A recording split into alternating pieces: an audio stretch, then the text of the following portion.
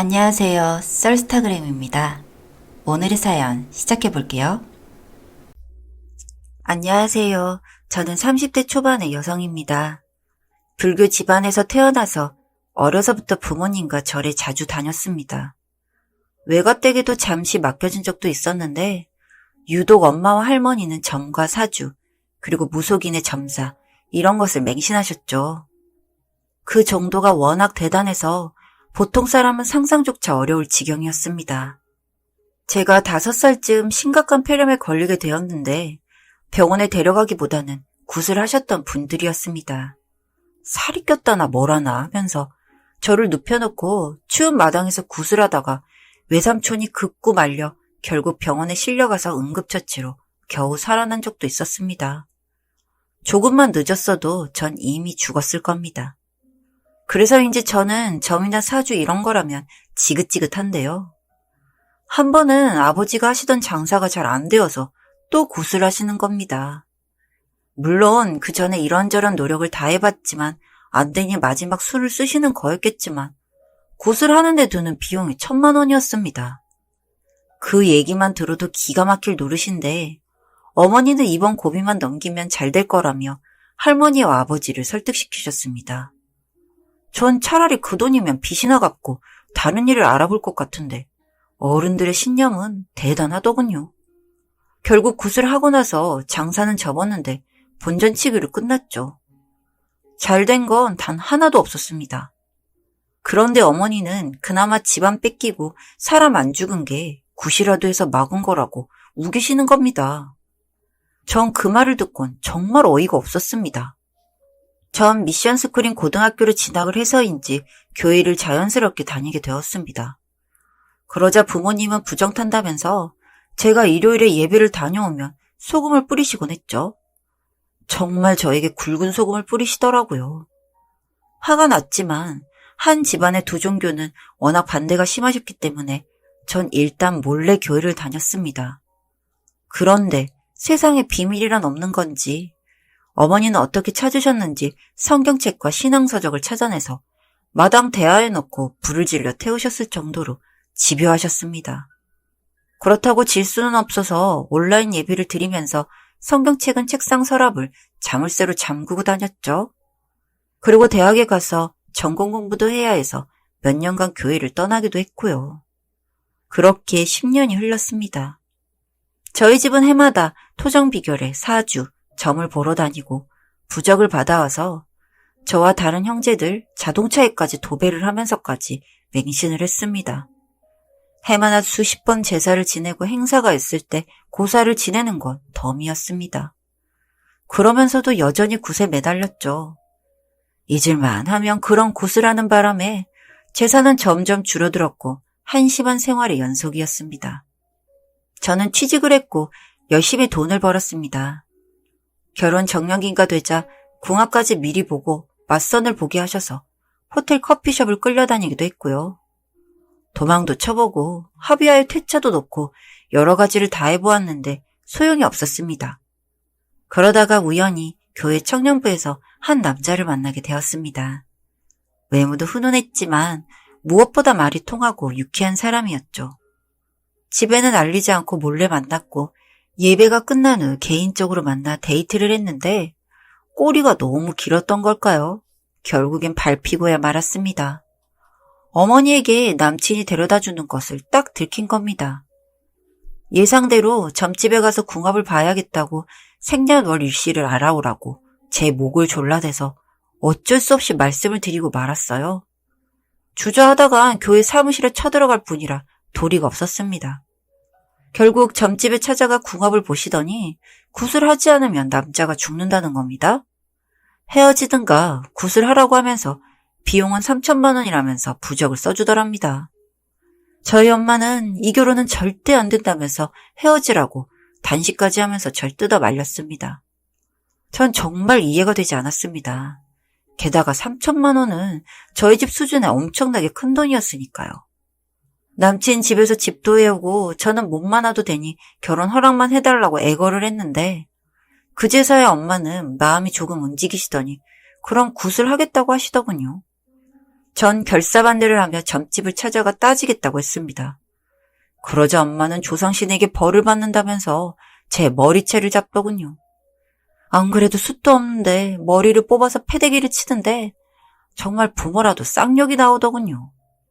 그렇게 옥신각신하다가 결국 엄마가 목을 매달겠다고 해서 구슬하기로 했습니다.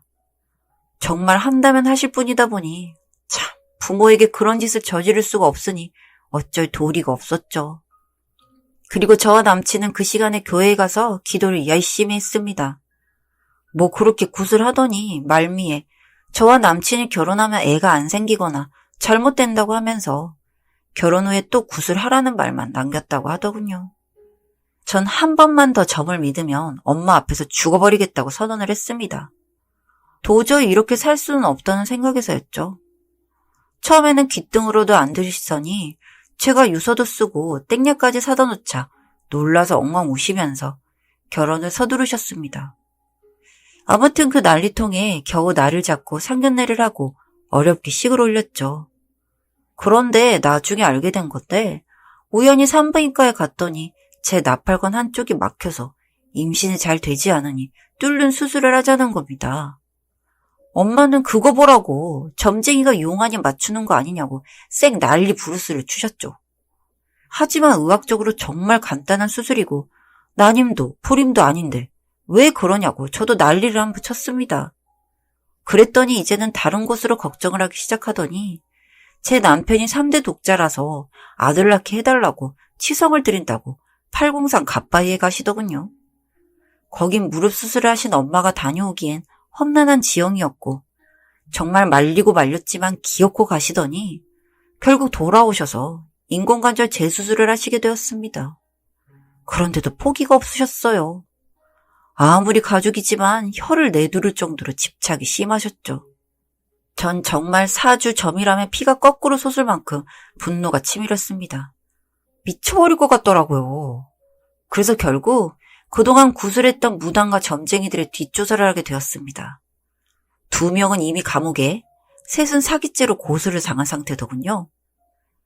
그러니까 이 사람들이 엄마뿐만 아니라 아주 두루두루 해먹은 거였죠.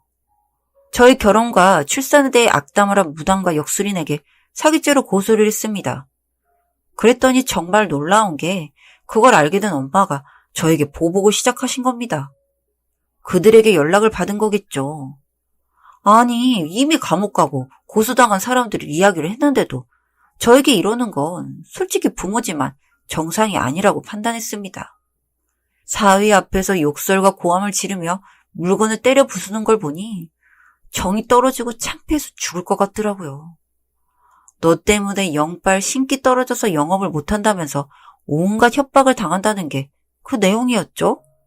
그게 말이 되는 소리입니까? 정말 귀신 씨나라 까먹는 소리 짓거리는 걸 보니 안 되겠다 싶었고 저는 천륜의 끄듯 각오로 그들을 개별적으로 벌을 주겠다는 결심을 하게 되었습니다. 저는 전직 경찰이었던 심부름센터 소장에게 일을 맡겼고 죽지 않을 정도로 손봐달라고 했습니다. 어차피 공판에서 벌은 받겠지만 그건 나중 일이니까요. 무속인에 대한 처벌은 실제로 미미했습니다. 판례가 알려주듯 손방망이 쳐버리니 그때까지 기다리다간 제가 먼저 세상을 하직할 지경이었어요. 그래도 이유는 알아야 하니 소장님께 그간에 있었던 일을 동영상, 사진, 문서로 세세하게 알려드렸습니다. 그 무속인을 찾아가 딱 죽지 않을 만큼 손을 봐주고 저희가 냈던 복채의 일부를 도로 받아오게 되었죠. 정말 속이 다 후련하더라고요. 그리고 그 돈으로 골드바로 바꿔서 엄마에게 드렸습니다. 평생 노후 대책으로 쓰시고 다시는 무속인에 빠지지 말라고 경고하면서 한 번만 더 그런 곳에 다녀와서 괴롭게 하시면 평생 안 보고 살겠다고 각서까지 받아왔습니다. 여튼 그렇게 각서에 공지까지 맞춰서 일단은 조용히 살고 계십니다. 그리고 무릎이 불편하셔서 이젠 점사를 보러 다닐 기운이 없으신 것 같아 안타깝긴 합니다. 이젠 건강이라도 챙기시라는 걸 보니 예전에 도끼가 많이 누그러진 것 같아 그건 다행스럽다는 생각이고 아버지도 은퇴하신 후에 엄마 보살피시면서 텃밭을 일구며 사시고 계십니다.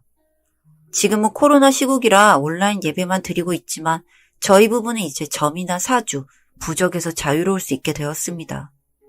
제 남편도 처음에는 저희 엄마가 너무나 심하게 몰아붙이셔서 무서웠다고 회상을 하더군요. 종교의 자유보다 사람을 말도 안 되는 공포심으로 협박해서 돈 뜯어내는 사기범이 그런 인간들이라는 게 더 약이 올랐습니다. 어렵거나 궁지에 몰렸을 때 신뢰하면서 기댄 곳인데 그런 사람들을 현혹해서 사리사욕을 채우는 그런 대가리에 똥만 찬 인간들은 감옥에서 푹 썩어야 한다고 생각합니다. 지금도 공파는 진행 중입니다. 그동안 호의호식하면서 잘 살았겠지만 앞으로는 그럴 수 없을 겁니다. 제가 두 눈 부릅뜨고 지켜볼 거니까요. 긴 글 읽어주셔서 감사드립니다.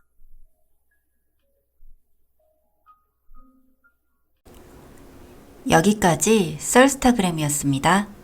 구독과 좋아요 부탁드릴게요.